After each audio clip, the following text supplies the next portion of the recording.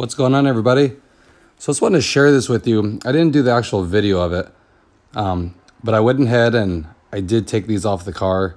I didn't do a video of it, but when I traded my other one, I did remove these, and they're actually pretty easy to remove.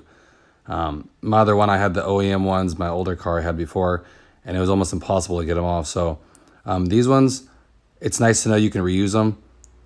The little trick I used to get them off without breaking anything or damaging the car, you just want to use heat for sure with these. But I definitely didn't want to have to rebuy these again. I mean, they weren't that expensive. But why buy them if I could just, reuse the same ones? So I just got my nail under the edge here, and then I applied some heat right under the edge. Not too much. I'd probably use a blow dryer here just so you don't mess up the paint.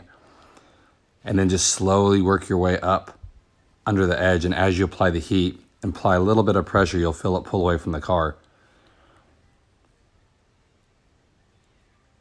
Because I know these things, if you try to just rip them off, especially with aluminum, they have a little piece of aluminum in it, they'll just bend. I tried that before and it put little like divots in the actual aluminum, and they're kind of ruined. So nothing exciting here in this video. I just wanted to share that with you. If you guys are thinking about getting a new car, or a new Accord, of course, if you're using these ones and you want to reuse them, that you can take them off. You can even use some like fishing line. It's a good idea. But the main thing is heat, because if you don't use heat, especially with real 3M tape, it's gonna mess up your sills trying to just force them off there, okay? So I hope that helps you guys. If you guys are wanting to reuse them, know that you can take these off. I would say patience and heat are the two keys to doing that without messing anything up, okay?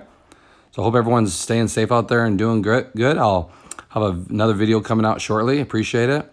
And as always, I appreciate all the support, and I'll catch you guys next time.